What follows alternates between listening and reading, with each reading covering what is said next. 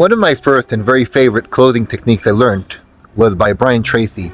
He calls this technique the ascending close. He said this close was developed by an encyclopedia company which paid $1.5 million to a group of psychologists to literally sit down and create this close. So, it's a very famous close. And the way it works, you need to get a customer to say several times yes, yes, yes, yes, and yes. And by the time the customer got to his third or fifth yes, he's in such a yes mode that by the time you ask him about the purchasing, he's going to say yes as well. So, for example, they would knock on the door and say, "Hey, do you live here?" He said, "Yes, I do." "Wonderful. Do you believe in education?" He says, "Yes, I do." "Well, may I come in for a minute and present you what I have to show here?" He says, "Yes, I do." And by the time they get through this entire presentation, they have 10 yeses or 18 yeses or 5 yeses.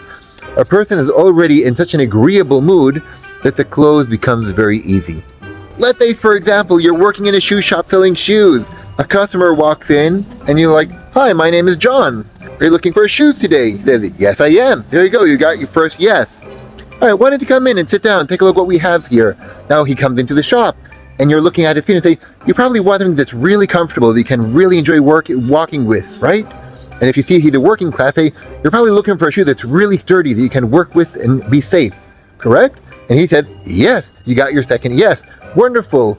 And I would assume you want the shoe to fit your size, right? They go, "Yes, it is." There you go. You got your 3 yeses. So tell me, what size are you exactly? And then you take him around, look at the shoes, and just take a look at his eyes, where his eyes move. He's going to pick up certain shoes, look at them, and when you realize he found a shoe that he really likes, you focus in and say, "Looks like you really love this shoe, don't you?"